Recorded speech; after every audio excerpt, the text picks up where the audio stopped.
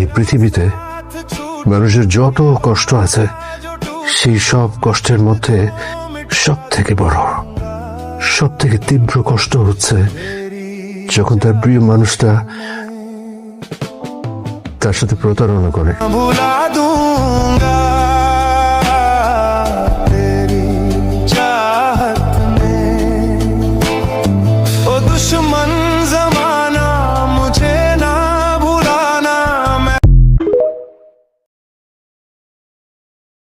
এই পৃথিবীতে মানুষের যত কষ্ট আছে, সেই সব কষ্টের মধ্যে সব থেকে বড়, সব থেকে তীব্র কষ্ট হচ্ছে যখন তার প্রিয় মানুষটা